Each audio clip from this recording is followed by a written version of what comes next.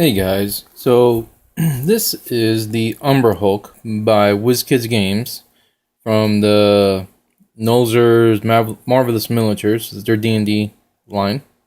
Okay. Initially, this was going to be a paint step-by-step video I was going to do for the channel, just to show my process of painting these.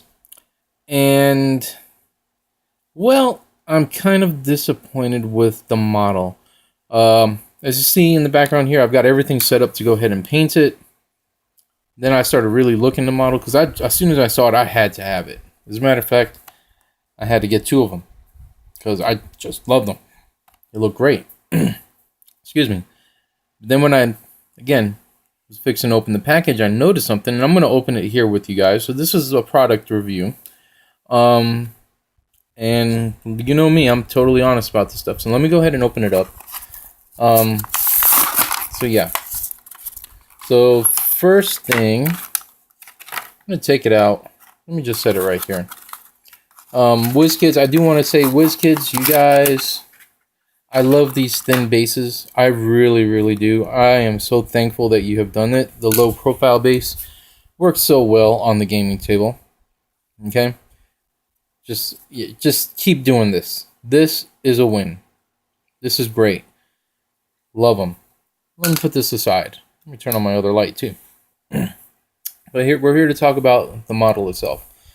So the model, it's a nice model. It's a nice hefty model for $4.99. I think it's a great value.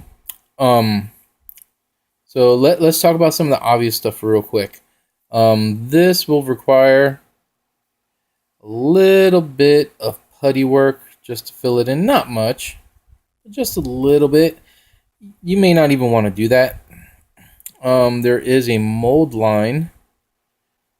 Let me find it again. I saw it right here. See if I could bring it in a little bit so you can see it better. Yeah, mold line right there. You can see. Again, not a really big deal, something to be expected. It does run all the way across here. But here was my big problem. I thought it had two antennas, and it does. However, the second one is molded onto the carapace, which I think it's a missed opportunity. I think it wasn't the right way to do it. Because if you can see, and I'm going to try to get my lighting here. Whoops, sorry. I'm trying to get my lighting to really pick this up. Here we go. You can see, whoops, just having all sorts of problems. You can see right here, that's where the antenna is supposed to hook on there. You see the little ball where it should go, like a ball socket. But it's not actually attached. It is just molded straight onto the thing. And that is bothersome. Another thing, if you could notice right here, I'm just having all types of issues, aren't I? This mandible goes well below the base. Now, let me move this light out of the way here. There we go. Now, the head looks like it's on a ball socket, but it's not. It's stuck in a position. I think that's a missed opportunity. I think this is something that, honestly, it probably should have been in a ball socket to allow some sort of movement. Just a little bit of movement. Not making it into the action figure type range, but just a little bit of movement. Because this here just doesn't work. I mean, you put it down, you can see. Right here, let me put it on the base. You see that gap? It is too low.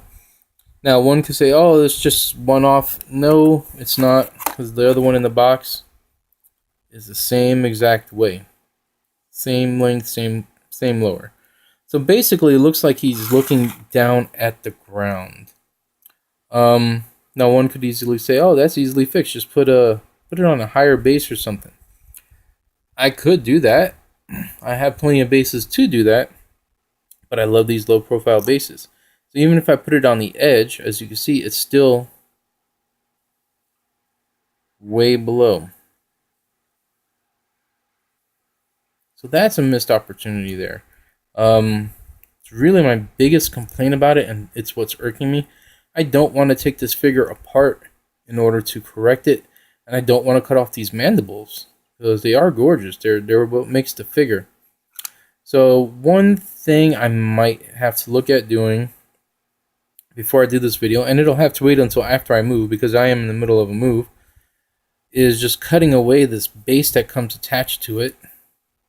It kind of looks like it's glued on there, but it also looks like it was molded there. I'm not quite sure. I'm sure there's somebody out there. Actually, I might just have to soak it in some awesome. I might be able to take it apart because it looks like this part is just glued in there. Yeah, it looks like it's just glued. I can see the separate parts here. Okay, so yeah, otherwise, I mean, it's a great model. Excuse me.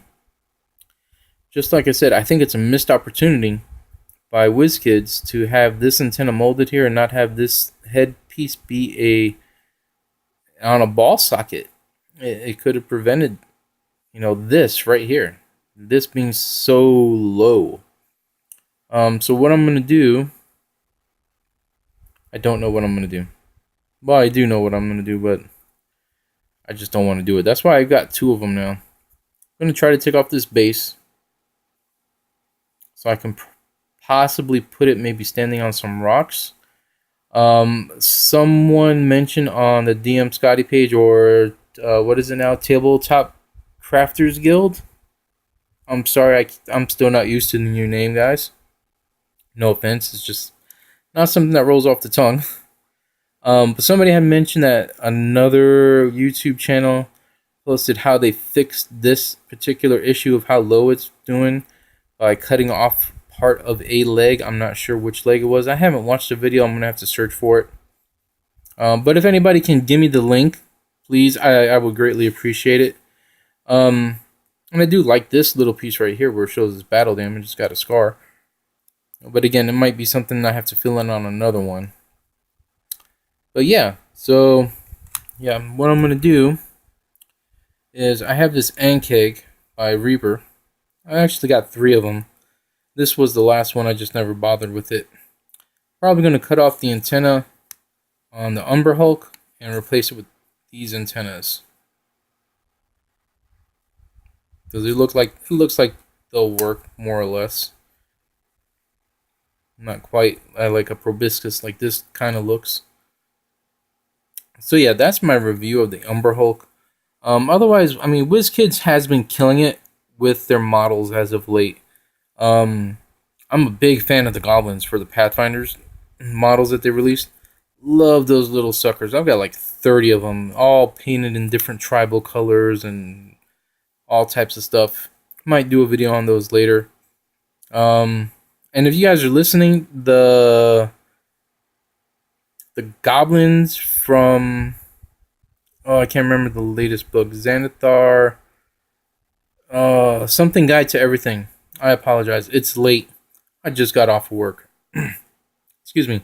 But there's a goblin tribe set that they stack up and they look like a tiki.